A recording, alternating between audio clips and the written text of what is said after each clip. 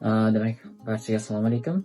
Mening ismim Mustamik Abdurahimov va ushbu videoda men o'zimning hozirgi o'qiyotgan universitetim haqida ma'lumot berib o'tmoqchiman. Hozirda TMO universitetida magistraturani bitiryapman, 2-kursi.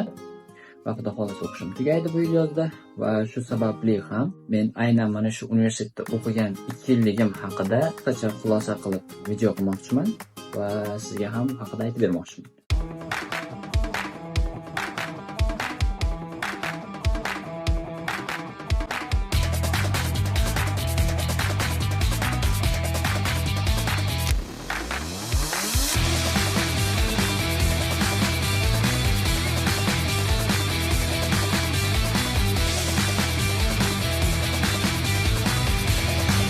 Universitetim haqida, ITMO haqida ma'lumot berib o'tadigan bo'lsam, ITMO Rossiyada top 1-o'rinda IT bo'yicha va aynan mening soham bo'yicha va butun dunyo bo'yicha top 100 talikda turadi.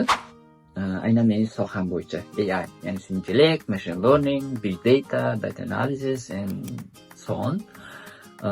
Shunga o'xshagan sohalar bo'yicha butun dunyo bo'yicha top 100 talikda turadi va umumiy oladigan bo'lsak, adashmasam top 350-400 talikda turadi dunyo bo'yicha universitet orasida. Birinchi o'rinda albatta qanday qilib o'qishga kirganim ITMOga. Demak, ITMOga kirish uchun bir necha yo'llari bor buni.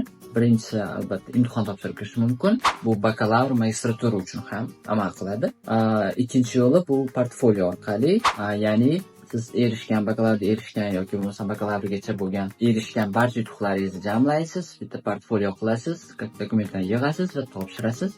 Agar shundan keyin yutadigan bo'lsangiz, portfolioda imtihon topshirish shart bo'lmaydi va byudjet asosida o'qishga qabul qilinishingiz mumkin. Men aynan mana shu portfolio orqali o'qishga kirganman.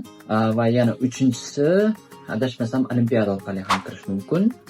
Masalan, ITMOda bir necha yil davomida bir necha olimpiadalar bo'lib o'tadi. Bu haqida hammani ssilkani qoldiraman, linklarni qoldiraman, kirib o'qishingiz mumkin. ITMOga kirishgacha bo'lgan vaqtda bir necha olimpiada bo'lib o'tadi va ushbu olimpiadalarga topshirib, siz ham olimpiadada yutsangiz, ITMOga yoki bo'lmasam Rossiyaning boshqa universitetlariga ham byudjet asosida qabul qilinishingiz mumkin.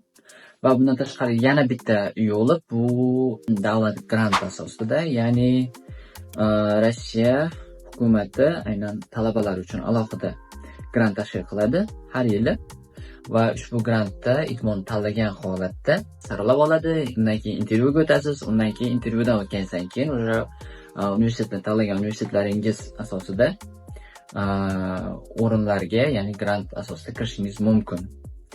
Aynan mana shunday yo'llari bor. Men esa ITMOga portfolio usulida kirganman. Ya'ni barcha shu bakalavrda erishgan yutuqlarim, til sertifikatim, turli xil tadbirlarda qatnashganim, aktivligim, diplomlarim va bundan tashqari bakalavr diplomim, shunga o'xshagan dokumentlarni yig'ganman va umumiy 100 ball bo'lgan. 100 balldan 100 ball olganman. Bundan tashqari menda bir ikkita maqolalar bor edi, ilmiy maqolalar va ilmiy maqola uchun alohida ball beradi. Shuning uchun adashmasam 100 balldan 102 yo 103 ball bilan magistratura bosqichiga o'zim sohamda birinchi o'rinda kirganman. Xursand bo'lganman. Lekin bu hali hammasi emas. Chunki o'qishga kirish boshqa bu yerga va o'qish boshqa. Chunki o'qishga kirish nisbatan men uchun qiyin bo'lmagan, lekin aynan o'qish bu alohida masala bo'lgan. Chunki bakalavrda men umuman boshqa sohada o'qiganman. Magistraturaga kirgandan keyin esa yana boshqa ITga o'zgartirganman va shu sababli menda ozgina qiyinchilik bo'lgan birinchi o'rinda, chunki qolganlarga nisbatan orqaroqda bo'lganman. Qolganlar bu yerga kirishdan oldin ham bakalavrda ham o'zini ITga aloqador sohada o'qigan yoki bo'lmasa ishlagan va hokazo. Va aynan shu sababli ham men qolganlarga nisbatan ancha orqada bo'lganman. Lekin aynan magistratura davrida ko'proq o'qib, ko'proq o'rganib, ko'proq praktika qilib, ularga yetib olishga harakat qildim. Va qaysidir ma'noda bunga erishdim. Lekin baribir praktika jihatdanmi, baribir hozirgacha orqadaman deb hisoblayman.